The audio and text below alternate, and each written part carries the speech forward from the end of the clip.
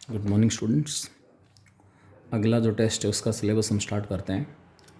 इसमें मैं unit start करूँगा प्रोबेबिलिटी की, लेकिन प्रोबेबिलिटी की जो यूनिट है वो स्टार्ट करने से पहले आपके पास 11th का एक टॉपिक है परमुटेशन एंड कॉम्बिनेशन। उसके जो बेसिक्स हैं ना वो आपको पता होने चाहिए, क्योंकि कॉम्बिनेशन वाला जो पार्ट है, वैसे तो दोनों ही पार्ट यूज़ होंगे, परमुटेशन भी और कॉम्बिनेशन भी। फैक्टोरियल नोटेशन भी इसके अंदर आएगा। वो सारी चीज़ें मैं पहले डिस्कस कर रहा हूँ ताकि ये टॉपिक समझने में आपको कोई प्रॉब्लम ना आए किसी प्रकार की, प्रोबेबिलिटी वाला। ठीक है, तो इसमें परमुटेशन एंड कॉम्बिनेशन में सबसे पहला टॉपिक है फंडामेंटल प्रिंसिपल ऑफ काउंटिंग और principle of association of events. आप कहोगे यहाँ पर इवेंट्स क्या होते हैं? इवेंट हमारे पास है कोई भी घटना, उसको हम इवेंट कहेंगे। If two events A and B can happen in n ways respectively. कोई भी दो इवेंट हैं ए और बी, वो कितने कितने तरीके से घटित तो हो सकते हैं। कोई भी दो घटना है वो कितने कितने तरीके से घटित हो सकती हैं। ए जो इवेंट है वो m तरीके से अकर हो सकता है, बी जो इवेंट है वो n तरीके से अकर हो सकता है। तो उस केस में दोनों event simultaneously can happen in m into n ways. For example, आप इस चीज़ को समझेंगे एग्जाम्पल की हेल्प से। Suppose we have 3 entry gate in the school and 4 exit gate in the school। कोई भी स्कूल है, उस स्कूल में एंट्री करना एक इवेंट हो गया। जैसे हम इवेंट की बात कर रहे हैं, हम यहाँ से दिल्ली जा रहे हैं, दिल्ली जाना एक इवेंट हो गया। स्कूल में एंट्री कर रहे हैं, स्कूल में एंट्री करना एक इवेंट हो गया। तो हमारे पास क्या है, स्कूल के अंदर 3 तो एंट्री डोर हैं। सपोज मैंने उनको नाम दे दिया E1, E2 और E3। 4 मेरे पास एग्जिट डोर हैं, उनको मैंने X1, X2, X3 और X4। In how many veg, question हमारे पास है इन हाउ मैनी वेज, ये एंट्री डोर है, एंट्री गेट कह दो आप स्कूल के अंदर एंट्री के, और ये एग्जिट गेट है। इन how many veg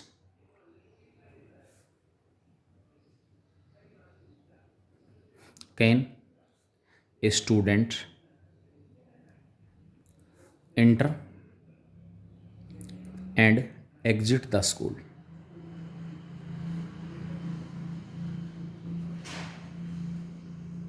exit the school मतलब कोई भी एंट्री प्लस एग्जिट दोनों साइमल्टेनियसली। मतलब हम ऐसी संभावनाएं तलाश करनी है जहां बच्चे की स्कूल में एंट्री भी हो जाए और एग्जिट भी। एंट्री और एग्जिट दोनों साइमल्टेनियसली कितने तरीके से पॉसिबल है? तो वो हमारे पास, मान लो let A be the event, school बच्चे की स्कूल के अंदर एंट्री, जो उसको मैं इवेंट ए कह रहा हूँ, तो एंट्री कितने तरीके से पॉसिबल है? 3 तरीके से। या तो जो एंट्री गेट E1 उससे इंटर कर जाएगा, E2 से इंटर कर जाएगा, E3 से इंटर कर जाएगा। एग्जिट के लिए 4 डोर हैं, X1, X2, X3, X4। Exit या तो X1 से करेगा, X2 से करेगा, X3 से करेगा, X4 से करेगा। तो एंट्री और एग्जिट साइमल्टेनियसली कितने तरीके से पॉसिबल है? 3 × 4 = 12 page. Entry and exit can be done in the 12 following ways। देखो, बहुत से डिटेल में क्वेश्चन हम नहीं जाएंगे, बस कॉन्सेप्ट आपको बताया, उससे रिलेटेड 1-2 क्वेश्चन डिस्कस किए, उसके बाद आगे बढ़ जाएंगे। असाइनमेंट के रूप में आपको कुछ क्वेश्चन दिए जाएंगे, वो आप निकालोगे ताकि इस कॉन्सेप्ट को समझने में हेल्प मिलेगी आपको। E1 से एंट्री की बच्चे ने और X1 से एग्जिट, जो टोटल मैं 12 वेज कह रहा हूँ उसमें से एक वे ये है। E1 से एंट्री करके X1 से एग्जिट हो गया, एंट्री E1 से ये, एग्जिट X2 से है। E1 से एंट्री X3 से एग्जिट, E1 से एंट्री X4 से एग्जिट, E2 से एंट्री X1 से एग्जिट, E2 से एंट्री X2 से एग्जिट, E2 से एंट्री X3 से एग्जिट, E2 से एंट्री X4 से एग्जिट। E3 से एंट्री कर रहा है, X1 से एग्जिट है। E3 से एंट्री कर रहा है, X2 से एग्जिट है। E3 से एंट्री, X3 से एग्जिट, E3 से एंट्री और X4 से एग्जिट। तो टोटल मेरे पास इस तरीके से कितने केस हो गए? 12 केस हो गए। एक और ऑप्शन मान लो, हम यहाँ से हम दिल्ली जा रहे हैं, suppose we are going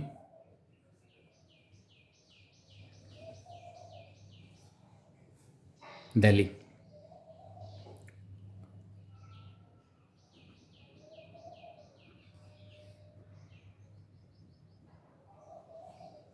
for going we have 3 different roads, and for return and for returning to railway tracks,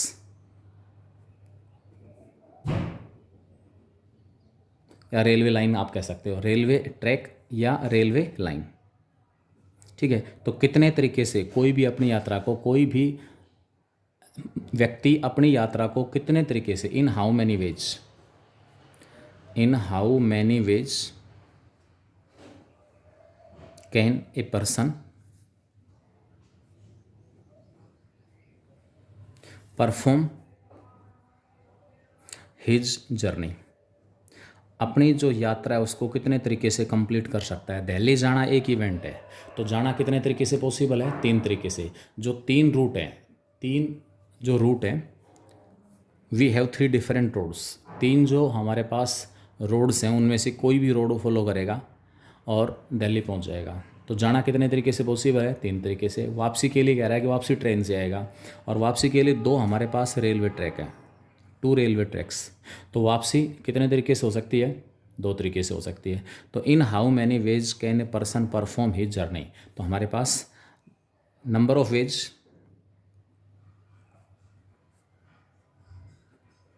in which a person can go Delhi, Delhi कितने तरीके से जा सकता है? 3 ways, by taking any of the 3 routes, जो 3 road के roots हैं, यहाँ डिफरेंट रोड्स आप कह दो या डिफरेंट आप रूट्स कह दो, रूट्स या roads. Number of ways in which a person can go Delhi, 3 ways हो गया, by taking any of the 3 routes, जो जाने के लिए 3 रूट हैं उनमें से कोई भी रूट वो इस्तेमाल करेगा और दिल्ली पहुंच जाएगा। एंड फॉर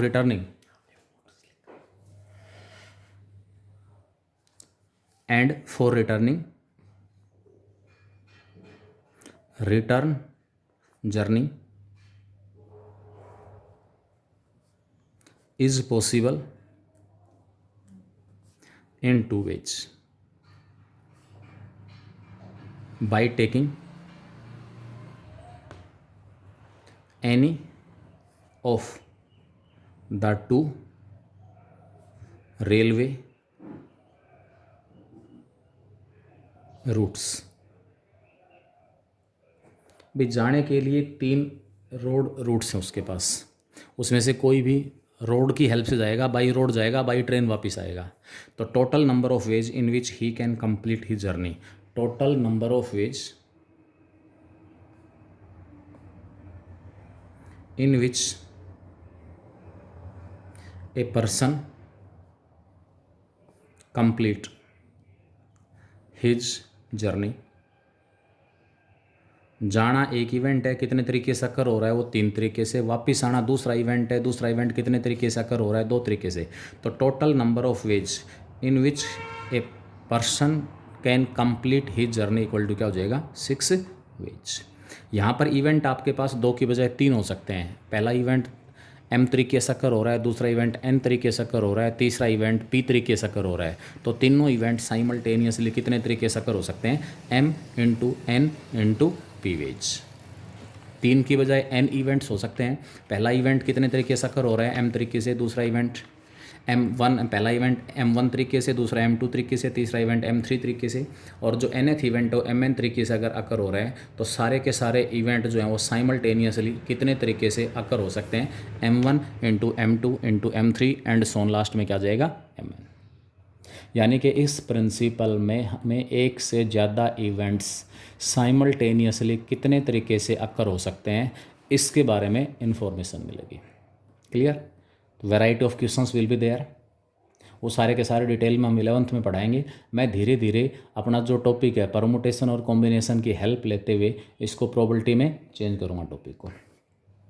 इसके बाद आपके पास इसमें एक टर्म आती है factorial notation. Factorial notation definition क्या है? Continued product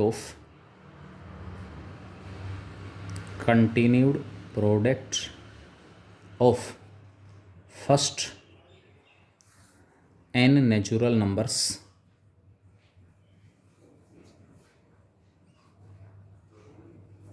is called n factorial and denoted by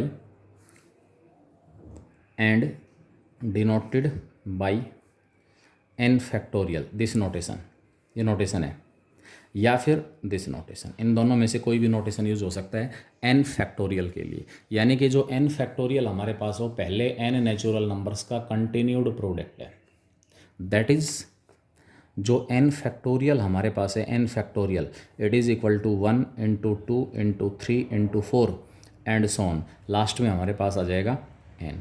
कोई भी नेचुरल नंबर बीच से गायब नहीं होना चाहिए, ध्यान रखना, कोई भी नेचुरल नंबर बीच से गायब नहीं होना चाहिए, अदरवाइज हम इसको फैक्टोरियल फॉर्म में चेंज नहीं कर पाएंगे। और शुरुआत भी 1 से ही होनी चाहिए, ये नहीं कि 10 से लेकर 20 तक के नेचुरल नंबर्स का प्रोडक्ट है तो उसको मैं 20 फैक्टोरियल लिख दूंगा या 20 घटा 10 फैक्टोरियल लिख दूंगा। नो, 1 से शुरुआत हो और जहाँ तक भी प्रोडक्ट हो कंटिन्यूड हो, बीच में कोई भी नेचुरल नंबर गायब नहीं होना चाहिए, तो उसको हम क्या कहेंगे? n factorial. क्लियर? 1 फैक्टोरियल हमारे पास हो तो 1 ही होगा, 2 फैक्टोरियल हो गया पहले 2 नेचुरल नंबर्स का प्रोडक्ट 2, 3 फैक्टोरियल हो गया पहले 3 नेचुरल नंबर्स का प्रोडक्ट 1 इंटू 2 इंटू 3 6, 4 फैक्टोरियल हो जाएगा 1 into 2 into 3 into 4 that is 24, 5 factorial हो जाएगा 1 into 2 into 3 into 4 into 5 and so on, ये आपके पास आ गया equal to 120 and so on. Clear? एक पॉइंट इसमें हमारे पास आएगा n फैक्टोरियल था, उसको मैंने लिखा था 1 into 2 into 3 into 4 into n factorial 1 into 2 into 3 into 4 and so on n। क्या इसी को मैं n इंटू n माइनस 1, भाई लेफ़्ट से राइट में जा रहा हूँ, नेचुरल नंबर इंक्रीज होते जा रहे हैं, राइट से लेफ़्ट में आओगे तो इस n से पहले कौन मिलेगा? n माइनस 1 मिलेगा, उससे पहले कौन मिलेगा? n माइनस 2 मिलेगा। तो मैंने जस्ट ऑर्डर रिवर्स कर दिया, n माइनस 2, उसके बाद आ गया 4, उसके बाद आ गया 3, उसके बाद आ गया 2 और उसके बाद आ गया 1। तो यहाँ पर इस n को छोड़ दिया मैंने, यहाँ तक बता सकते हो क्या है? यहाँ तक व्हाट इज़ दिस? क्या जिसको मैंने रेक्टेंगल के अंदर इनक्लोज कर दिया वो पहले n माइनस 1 नेचुरल नंबर्स का कंटिन्यूड प्रोडक्ट नहीं है? n तो मैंने अलग निकाल लिया और जो रेक्टेंगल के अंदर इनक्लोज किया है वो कितने नेचुरल नंबर्स का प्रोडक्ट है? 1 into 2 into 3 into 4 and so on, last में हमारे पास क्या दिया हुआ है? n minus 1। तो कितने नेचुरल नंबर्स का कंटिन्यूड प्रोडक्ट है? n माइनस 1 का। तो n माइनस 1 नेचुरल नंबर्स का जो कंटिन्यूड प्रोडक्ट है वो क्या कहलाएगा? n minus 1 factorial. This result is true only for n belongs to set of natural numbers. यानी कि बड़ा नेचुरल नंबर n था, उसको छोटे नेचुरल नंबर के फैक्टोरियल में आप ब्रेक कर सकते हो। मैं 10 फैक्टोरियल को लिख सकता हूँ ये रिजल्ट यूज़ करते हुए, 10 इंटू 9 फैक्टोरियल। 9 फैक्टोरियल को 10 तो मेरे पास पहले से ही है, 9 फैक्टोरियल को मैंने लिख लिया 9 इंटू 8 फैक्टोरियल। अब 10 इंटू 9 मेरे पास पहले से है, 8 फैक्टोरियल को मैंने लिख लिया 8 into 7 factorial and so on. ये रिजल्ट हम बार बार अप्लाई कर रहे हैं। इसका मतलब क्या हुआ कि जो बड़ा नेचुरल नंबर है उसका फैक्टोरियल उससे छोटे वाले जो नेचुरल नंबर्स हैं उनके फैक्टोरियल में ब्रेक होता जाएगा। क्लियर? उसके बाद आपके पास इसमें एक पर्टिकुलर केस है zero factorial, as n factorial equal to n into n minus one factorial is true for all n belongs to set of natural numbers. ठीक है, इस केस में ध्यान रखना, जब इसको n माइनस वन तक ब्रेक कर रहे हो ना, तो n greater than equal to two होना चाहिए। n हमारे पास नेचुरल नंबर है, आपको n को n माइनस वन में ब्रेक कर दिया, तो यहाँ पर जो n है उसकी वैल्यू हमें क्या लेनी है, n माइनस वन में ब्रेक करते ही एक या उससे बड़ी। n माइनस टू में ब्रेक कर दोगे तो n की वैल्यू हमें क्या लेनी है, दो या उससे बड़ी। यानी कि जिसका फैक्टोरियल है वो नेगेटिव नहीं आएगा। इसी रिजल्ट के अंदर मैं n की जगह वन पुट कर रहा हूँ, क्योंकि ये रिजल्ट सभी नेचुरल नंबर्स के लिए ट्रू है। n की जगह वन पुट किया तो लेफ्ट हैंड साइड में आ गया वन का फैक्टोरियल, राइट हैंड साइड आ गई one into one minus one का फैक्टोरियल। वन इंटू में वन के साथ कुछ भी मल्टीप्लाई हो वन ही आएगा, वन माइनस वन आ गया जीरो फैक्टोरियल। जीरो का जो फैक्टोरियल है, वन फैक्टोरियल क्या होता है, वन। इसका मतलब जीरो का जो फैक्टोरियल हो किसके इक्वल होगा, वन के equal. Negative integers rational numbers का फैक्टोरियल डिफाइन नहीं है, जीरो फैक्टोरियल वन, अदरवाइज जो फैक्टोरियल एंड डिफाइन हो केवल और केवल किसके लिए डिफाइन है, नेचुरल नंबर्स के लिए। क्लियर। अब यहाँ पर हमारे पास रिजल्ट प्रूव करना है हमें, प्रूव दैट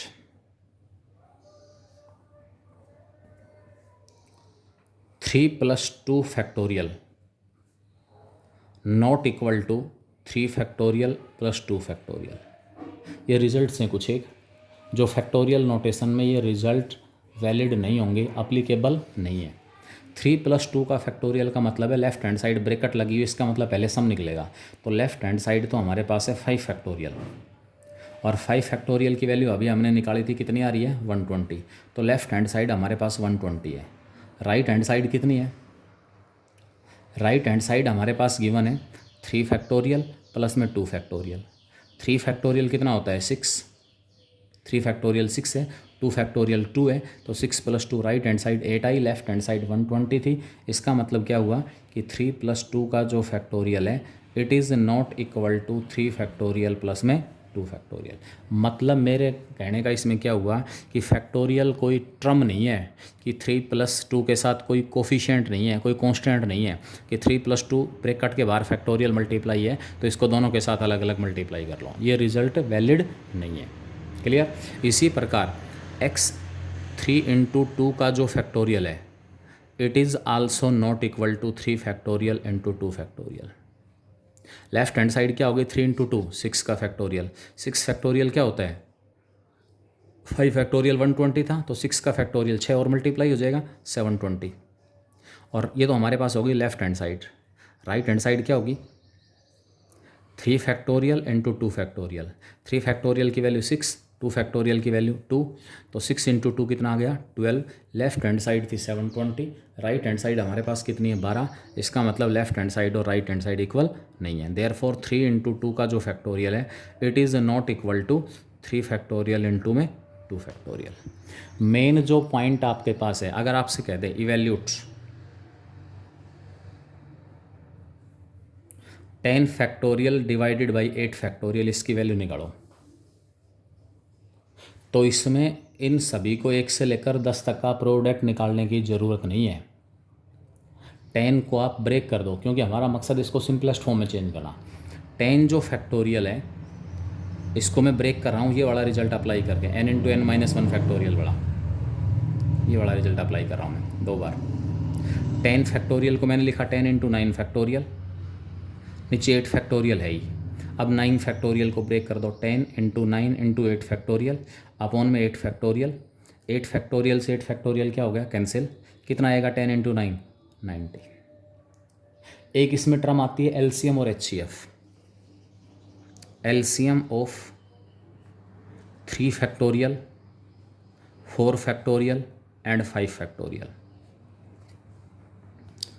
जो दो तीन नेचुरल नंबर्स का फैक्टोरियल है उनका जो एलसीएम आएगा, सबसे बड़ा जो नेचुरल नंबर उसका फैक्टोरियल एलसीएम होगा। तो एलसीएम तो कितना होगा 5 फैक्टोरियल, एलसीएम कितना होगा 5 फैक्टोरियल। और जो एचसीएफ हमारे पास है वो आएगा सबसे छोटे वाला जो नेचुरल नंबर उसका फैक्टोरियल, क्योंकि 3 फैक्टोरियल का मतलब है 1 into two into three, 4 factorial का मतलब है 1 इंटू 2 इंटू 3 इंटू 4, और 5 फैक्टोरियल का मतलब है 1 इंटू 2 इंटू 3 इंटू 4 इंटू 5। तो जब मैं इन तीनों में हाईएस्ट कॉमन फैक्टर की बात कर रहा हूँ तो 1 इंटू 2 इंटू 3 तीनों में आ रहा है। तो इसका मतलब ये तीनों फैक्टर जो हैं वो तीनों में प्रेजेंट है। इसका मतलब HCF तो कितना हुआ 3 का फैक्टोरियल। LCM जो बाकी बच गए उनको और मल्टीप्लाई कर दो। HCF के साथ और क्या मल्टीप्लाई करोगे 4 और 5, 4 और 5 मल्टीप्लाई होते ही ये किस में चेंज हो जाएगा 5 फैक्टोरियल में। इसका मतलब क्या हुआ कि 2 3 4 5 जितने भी नेचुरल नंबर दिए हुए हैं उनका फैक्टोरियल है, तो उनका जो LCM आएगा वो तो क्या होगा सबसे बड़े नेचुरल नंबर का फैक्टोरियल, और जो उनका HCF आएगा वो सबसे छोटे नेचुरल नंबर का फैक्टोरियल। LCM विल बी जो लार्जेस्ट नेचुरल नंबर उसका factorial, and HCF will be जो स्मॉलेस्ट नेचुरल नंबर है उसका फैक्टोरियल। क्लियर? तो ये आपके पास इसमें आएगा फैक्टोरियल नोटेशन के बारे में। मान लो इसमें क्वेश्चन आ जाए change in factorial notation, change in factorial notation 1 into 3 into 5 into 7 into 9, इसको हमें फैक्टोरियल नोटेशन में चेंज करना है जहाँ तक चेंज हो सके, जितना भी हो सके। यहाँ एक जगह भी फैक्टोरियल नहीं है, प्रोडक्ट है 1 इंटू 3 इंटू 5 इंटू 7 इंटू 9। इसका मतलब बीच से अगर आप ध्यान से देख पा रहे हो तो इवन जो नेचुरल नंबर है वो बीच से गायब है। जब तक ये फैक्टोरियल में चेंज नहीं होगा, जब तक जो बीच से इवन नेचुरल नंबर गायब हैं वो इससे में साथ आके मल्टीप्लाई ना हो जाएं। तो इसको मैंने लिख दिया 1 इंटू 2 इंटू 3 इंटू 4 5 6 7 8 9 और 10। सपोज मैं 10 तक ले गया, 9 पे भी छोड़ सकते थे। ऊपर जो नहीं था मैंने किस किस से मल्टीप्लाई कर दिया, 2 से 4 से 6 से 8 से और 10 से, क्योंकि इसके ऊपर कोई फ़र्क नहीं पड़ना चाहिए, इसलिए जिससे मल्टीप्लाई किया उसी से मैंने क्या कर दिया divide. 2 into 4 into 6 into 8 into 10, जिससे मल्टीप्लाई किया था उसी से क्या कर लिया डिवाइड। इसका मतलब क्या हुआ कि दोनों में कोई डिफरेंस नहीं है। अब जो मल्टीप्लाई हुए थे वापस कैंसिल हो जाएंगे, यहीं के यहीं आ जाएंगे। अब नंबरेटर में तो 1 से लेकर 10 तक का कंटिन्यूड प्रोडक्ट हो गया, तो ऊपर तो मेरे पास ये 10 फैक्टोरियल बन गया, 10 फैक्टोरियल। नीचे हमारे पास क्या आ रहा है 2 4 6 8 10 आ रहा है। 2 को मैंने लिख लिया 2 इंटू 1, 4 को मैंने लिख लिया 2 इंटू 2, उसके बाद 6 को मैंने लिख लिया 2 इंटू 3, 8 को मैंने लिख लिया 2 इंटू 4 और 10 को मैंने लिख लिया 2 इंटू 5। 10 फैक्टोरियल अलग है। ये जो यहाँ से 2 दिया हुआ है ना 2, इसको मैं अलग कर रहा हूँ। 2 की टोटल कितनी पावर सेपरेट हो गई 5, 2 की पावर 5 तो अलग हो गया, और उसके बाद बाकी बचा 1 इंटू 2 इंटू 3 इंटू 4 इंटू 5। हालांकि ये जो 4 है ये भी 2 की पावर 2 है, ये 2 की पावर 1 है, ये भी पावर से इकट्ठी हो सकती हैं, लेकिन अगर मैं यहाँ से 2 और 4 को सेपरेट कर लूँगा तो जो नीचे बाकी बचेगा वो कंटिन्यूड प्रोडक्ट नहीं बचेगा।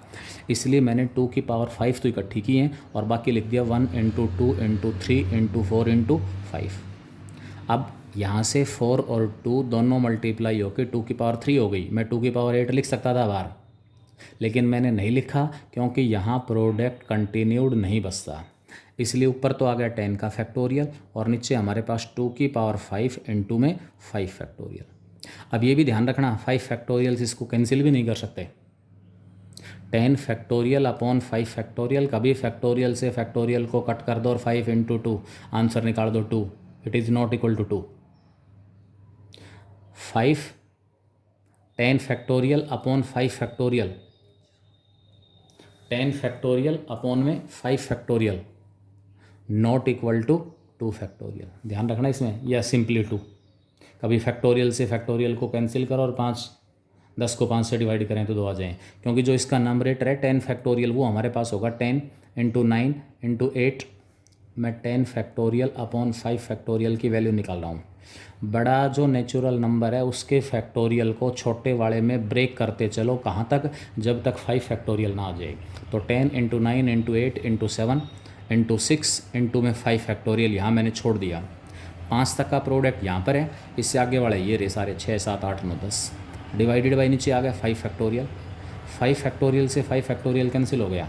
इसका मतलब 10 फैक्टोरियल अपॉन 5 फैक्टोरियल जो है वो किसके इक्वल आया 10 into 9 into 8 into 7 into 6 and it is not equal to 2 factorial.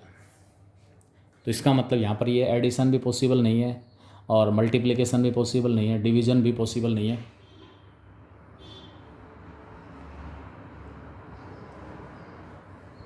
इसके बाद नेक्स्ट हमारे पास इसमें आ रहा है परमुटेशन। डिफाइन कर रहा हूँ मैं परमुटेशन क्या होगा। Permutation and combination. परमुटेशन की डेफिनेशन है number of arrangements,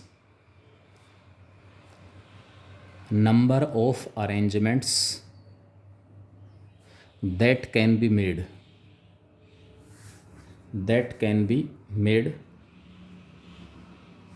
with the help of given number of objects by taking